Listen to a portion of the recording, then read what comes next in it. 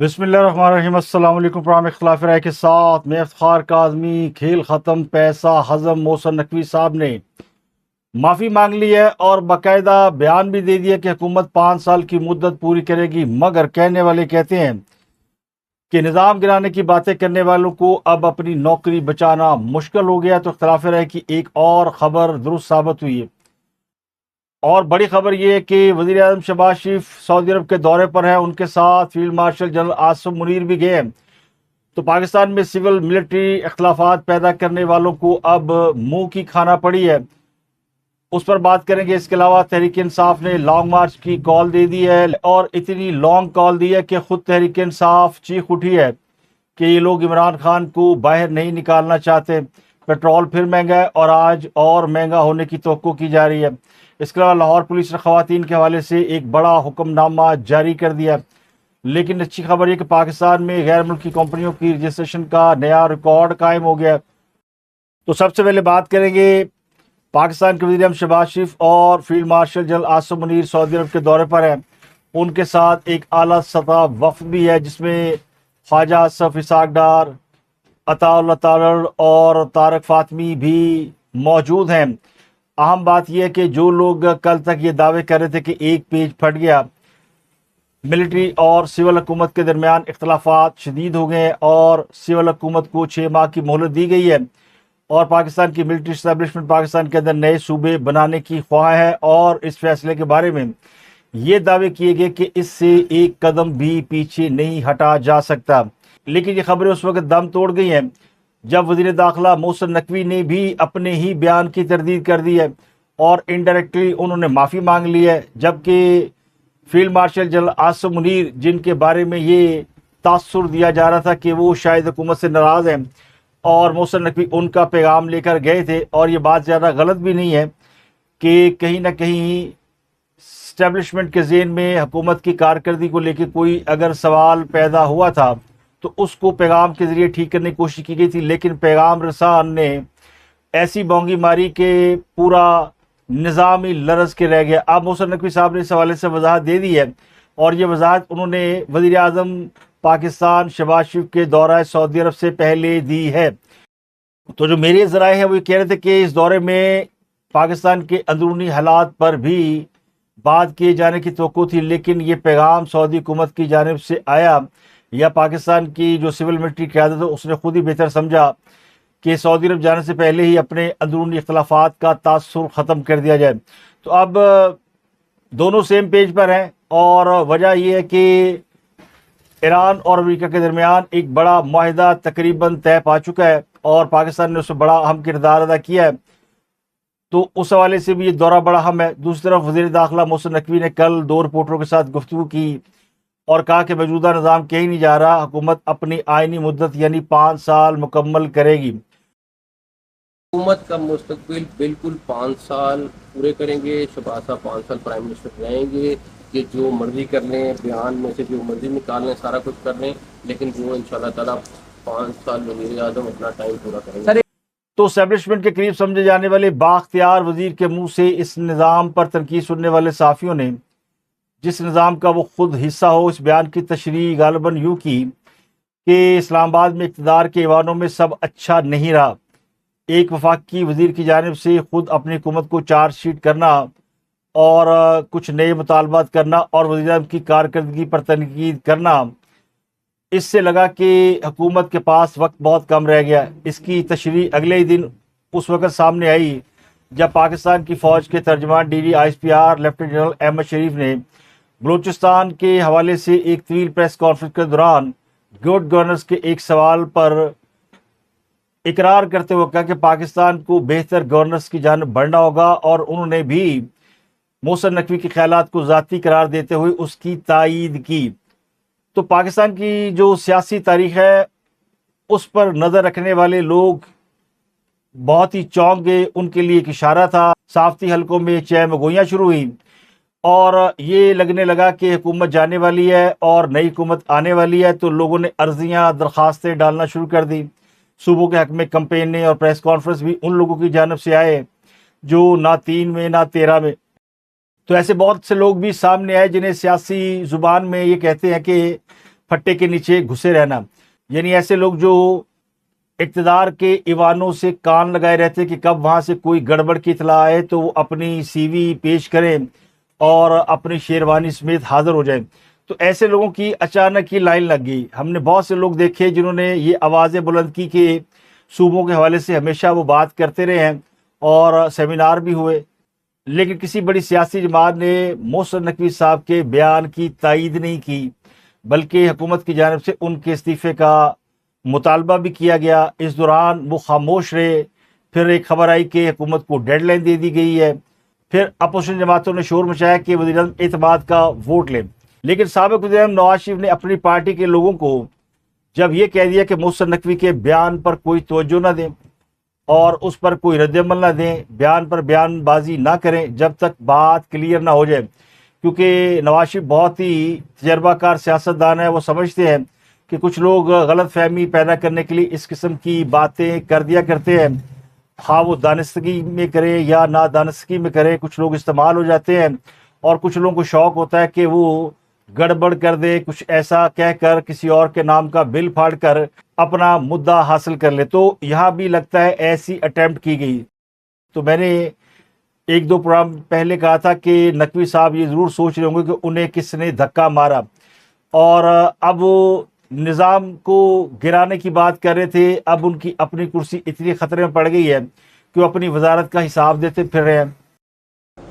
تمام منسٹریز کی پرفارمنس کو اس سے ایویلیویٹ کرائیں اور جو رزلٹ ہے وہ پبلک کے سامنے ہونا چاہیے تاکہ سب کو پتہ ہو کہ کون سی منسٹری کتنا پرفارم کر رہی ہے. دوسری بات رہی, میرے خیال ہے میری اٹینڈنس 70% کے قریب ہے. لیکن جب ان سے پوچھا گیا کہ آپ نے یہ بات کیوں کی کہ نظام گر چکا ہے, ڈھہ چکا ہے, کیا آپ نے حکومت کو چارج شیٹ کر دیا ہے, یا آپ کے سامنے ملک کے بڑے بڑے ٹائکون بیٹھے ہوئے تھے, ان کو آپ نے یہ کہا کہ سیاسی جماعتوں کو فنڈنگ بند کر دیں کیونکہ آپ پیسے دیتے ہیں تو وہ نظام کو خراب کرتے ہیں. تو وزیر داخلہ کا کہہ رہا تھا نظام کے حوالے سے تم اپنی بات پر قائم ہوں, لیکن میں اس نظام کی بات کروں جو پچھلے 70-80 سال سے چل رہا ہے, جب سے پاکستان بنا ہے. اگر وہ ٹھیک چل رہا ہوتا تو ہم کہاں سے کہاں پہنچ جاتے. اور انہوں نے کہا میں نے حکومت کو چارج شیٹ نہیں کیا, میں تو خود حکومت کا حصہ ہوں, خود کو چارج شیٹ نہیں کروں گا. تو مجھے ایک میر عالم صاحب یاد آ گئے جو اپنے سین میں بیٹھے ہوئے اپنے حالات کا رونا رو رہے تھے اور کہہ رہے تھے کہ اس سے تو بہتر اللہ میاں مجھے اٹھا لے. تو اچانک فرشتہ حاضر ہوا اور اس نے کہا کہ چلو میاں. تو میر عالم صاحب نے پوچھا کہ کہاں, تو کہا آپ نے خود یاد کیا, اللہ کو کہا کہ ہمیں اٹھا لو تو ہم آپ کو لینے آئے ہیں. تو میر عالم نے آسمان کی طرف دیکھ کر کہا کہ واہ اللہ میاں, کوئی اپنے سین میں بیٹھ کر مذاق بھی نہیں کر سکتا. تو اب محسن نقوی صاحب یہ بھی کہنے کے قابل نہیں رہے کہ وہ اپنے سین میں بیٹھ کے مذاق بھی نہیں کر سکتے, کیونکہ ان کو اس بات کا اندازہ ہے کہ انہوں نے کوئی ایسا کام کر دیا ہے جو کہ شاید اب ان کے کنٹرول میں نہیں. اور ان کو ایک تو حکومت کی جانب سے تنقید کا سامنا ہے, دوسرا اسٹیبلشمنٹ کی جانب سے بھی انہیں پیغام دیا گیا ہے. کیونکہ اگر ایسا نہ ہوتا تو محسن نقوی صاحب کبھی اپنے بیان سے یو ٹرن نہ لیتے. اب انہوں نے اپنے بیان سے بیک آؤٹ کیا تو اس کا مطلب یہ کہ انہیں اسٹیبلشمنٹ کی طرف سے یہ پیغام آ گیا ہے, جن کے وہ سو کالڈ نمائندے سمجھے جاتے ہیں کہ بھیا اپنے بیان کی وضاحت کرو, تمہیں جو کہا گیا تھا تم نے وہ نہیں کیا, تمہیں 2 کہا تھا تم نے 2 جمع 2 4 بیان کر دیا. تو میں نے پچھلے ویلاگ میں آپ سے کہا تھا کہ پیغام یہی تھا کہ کچھ ایسا کیا جائے کہ ذرا حکومت کی کارکردگی بوسٹ ہو جائے, یعنی ان کو کان ہو جائے. لیکن اگلے نے بوسٹ کرنے کی بجائے دبڑدوز کر دیا اور کان کے نیچے 2-4 رکھ دی کہ سب کی دوڑیں لگ گئی. اور اتنی دوڑیں لگی کہ تحریک انصاف جو کہ نہ 3 میں نہ 13 میں انہوں نے لانگ مارچ کی تاریخ تک دے دی. تو اسی لانگ مارچ کی تاریخ کے بعد پھر محسن نقوی صاحب کو خیال آیا کہ کام تو نکل گیا, تو انہوں نے پھر یہ بیان جاری کر دیا ہے اور انڈائریکٹلی یا ڈائریکٹلی انہوں نے اپنے بیان سے یو ٹرن لے کر معافی مانگ لی ہے. اور اب ان کی حالت یہ کہ وزیر اعلیٰ سندھ مراد علی شاہ نے بھی یہ کہہ دیا کہ محسن نقوی کے بیان پر توجہ دینے کی ضرورت نہیں ہے. یعنی وہ بھی اپنی کتابوں میں اب محسن نقوی کو فارغ کر چکے ہیں, جو کہ 1 ہفتہ پہلے زرداری صاحب کے منہ بولے بیٹے بلکہ بلاول کے بڑے بھائی سمجھے جاتے تھے. تو زرداری صاحب کی قسمت ایسی ہے کہ بلاول بھی الیکشن کے دوران اپنی زبان پر قابو نہیں رکھ سکے اور